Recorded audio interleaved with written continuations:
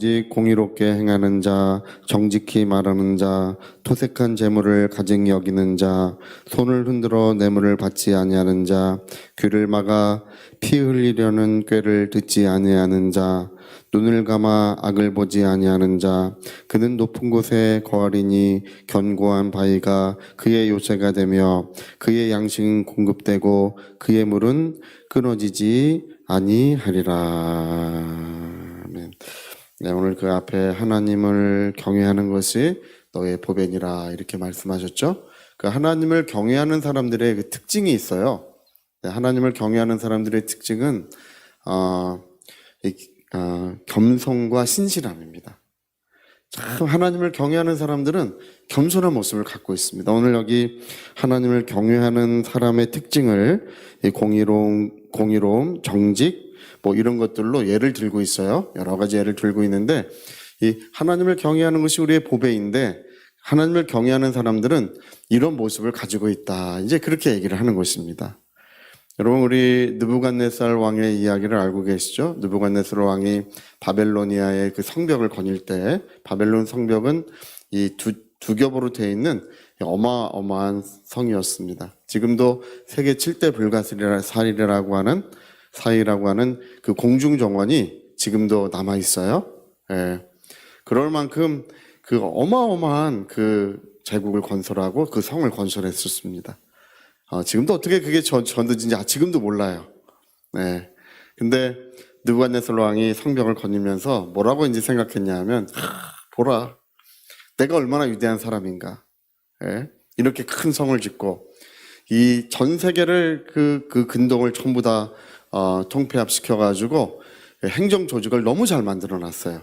그래가지고 아주 그냥 그 번영된 국가를 얼마 되지 않아서 이렇게 금방 만들어놨기 때문에 얼마나 위대한 사람인가 이렇게 이제 자기를 막 자랑하면서 막 뽐내고 다니다가 갑자기 하나님께서 느부갓네살 왕에게 그 이성을 이렇게 빼앗으셨지 않습니까?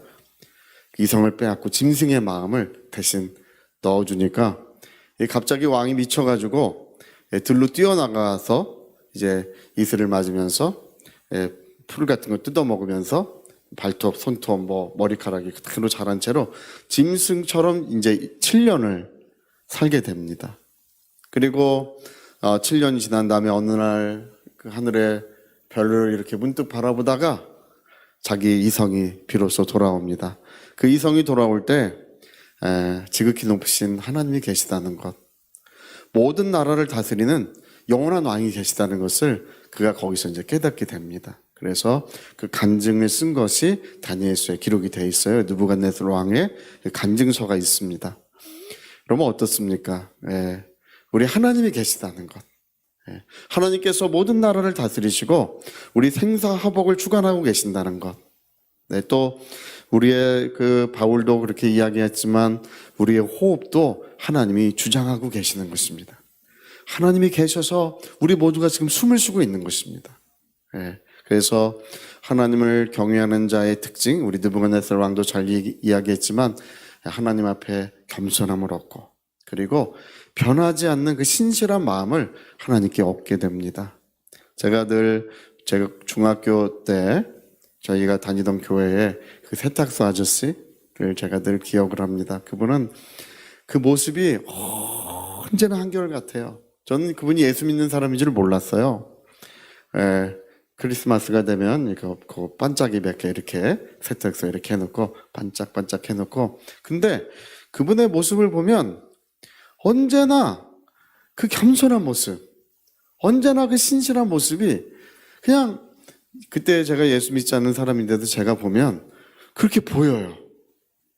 그리고 이제 얼마 지나지 않아 제가 교회를 갔는데 모두가 눈을 감아 보십시오. 이 목사님이 얘기를 하시고 구원받은 사람 손들어 보십시오. 저희가 그때 교회에 한 50분 정도나 60분 정도 성도님들이 계셨는데 제가 눈을 슬쩍 뜨고 봤어요. 누가 구원받았는지. 저는 구원을 못 받았기 때문에 구원받은 게 너무 궁금해가지고 슬쩍 뜨고 봤는데 저희 다니던 교회는 2분 내지 3분만 구원을 받았었어요. 2분 아니면 3분이에요. 제가 이렇게 둘러봤거든요. 궁금해가지고. 네, 근데 그 세탁소 아저씨가 손을 들고 계시더라고요. 네. 하나님을 경외하는 사람의 모습, 저는 늘 그분의 모습이 이렇게 마음에 좀 떠올라요. 하나님을 경외하는 사람의 모습. 그래서 하나님을 경외하는 사람은 이제 이런 특징을 가진다. 제가 보니까 겸손함을 갖고 있고 변함없는 순종의 길을 걸어가는데 사람이 보든지 보지 않든지 그 모습이 똑같아요. 할렐루야. 젊을 때나 또 세월이 지나도 하나님을 경외하는 사람은 그 모습이 똑같은 모습을 갖고 있습니다. 얼굴만 주름이 져가지 그 모습이 한결같습니다. 그래서 그는 높은 곳에 거하고 견고한 바위가 그를 지켜주며 양식이 공급되고 물은 끊어지지 않을 것이다. 이렇게 말을 하는데요.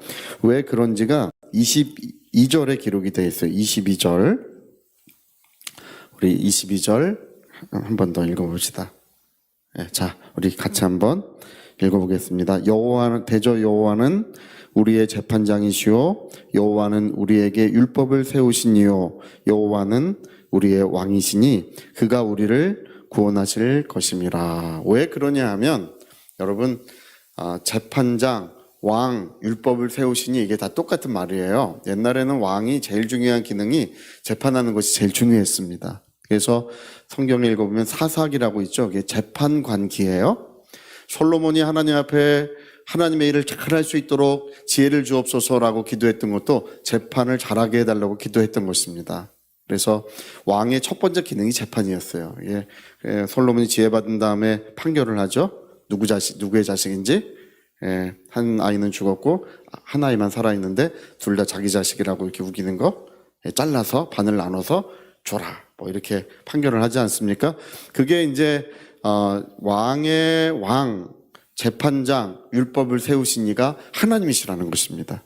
그래서 하나님께서 하나님을 경외하는 사람, 겸손과 신실한 사람을 하나님께서 날마다 판결을 해주고 계신다는 것입니다. 저를 보호하라. 하나님이 저를 보호하라고 판결하시면 아무도 그를 해칠 수가 없어요. 그 왕의 판결, 재판장의 판결, 율법을 세우신 이의 판결이 그 사람을 보호한다는 것입니다. 또 하나님이 복을 명하시면요, 그걸 돌이킬 자가 없어요. 할렐루야. 내가 복을 명하였으니 돌이킬 수 없다고 했습니다. 하나님이 복을 명하시면, 근데 참 재밌는 것은 뭐냐면 여러분, 모든 것이 우리가 수치로 측량할 수 있죠. 요즘은 전기도 수치로 측량을 다 해요. 옛날에는 전기가 환상적인 물질인 줄 알았어요. 그냥 천벌 받을 때 그냥 벼락이 확 치니까. 근데 요즘에는 그것도 수치화시켜서 우리가 사용하고 있습니다. 하나님의 복도 양이 있어요. 복의 양이 있습니다. 하나님의 기름 부으심도 양이 있어요. 그만큼 복 주신 만큼, 기름 부으신 만큼만 나타나게 되어 있습니다. 할렐루야. 내 가능하면 충만하게 기름 부음도 받고 복을 받아도 넘치도록 복을 받았으면 좋겠어요. 내가 복을 명하였으니 그건 돌이킬 수 없다는 것입니다. 그래서 율법을 세우시니, 또 재판장이신 하나님, 또 모든 만물을 다스리시는 왕이신 하나님께서 그렇게 판단하시기 때문에 우리가 구원도 또 복도 생명의 풍성함도 우리에게 이루어지고 있다고 말씀하고 있습니다. 그러고 보면 우리가 하나님을 경외하는 것이, 겸손과 순종의 길을 걸어가는 것이 얼마나 우리에게 큰 복인지 모릅니다. 그래서 여러분, 우리 마음이 일평생 변하지 않도록 무릇 지킬 만한 것보다 내 마음을 지켜라. 생명의 근원이 여기에서 남이라 이렇게 되어 있는 우리 번역이 좀 이상하죠? 생명의 근원이 이에서 남이니라. 이런 말이 아니라 원래 그것이 생명의 샘이고 생명이 거기서부터 나오고 있다, 그 얘기예요. 그래서 여러분, 마음을 잘 지키면 생명의 풍성함, 하나님의 은혜의 풍성함이 이루어질 줄로 믿습니다. 변하지 마시고요. 그 모습 그대로, 주님 앞에 갈 때도 그 모습 그대로, 주님 앞에 갈 때는 이제 우리 육체는 옷과 같이 낡아져서 세상에 버려두고 가지만 우리 영혼은 이제 가장 아름다운 모습으로 주님 앞에 갈 줄로 믿습니다. 그러나 우리의 마음, 우리의 영혼은 그 모습 그대로 주님 앞에 가야 될 줄로 믿습니다. 자, 우리 같이 한번 기도하시겠습니다.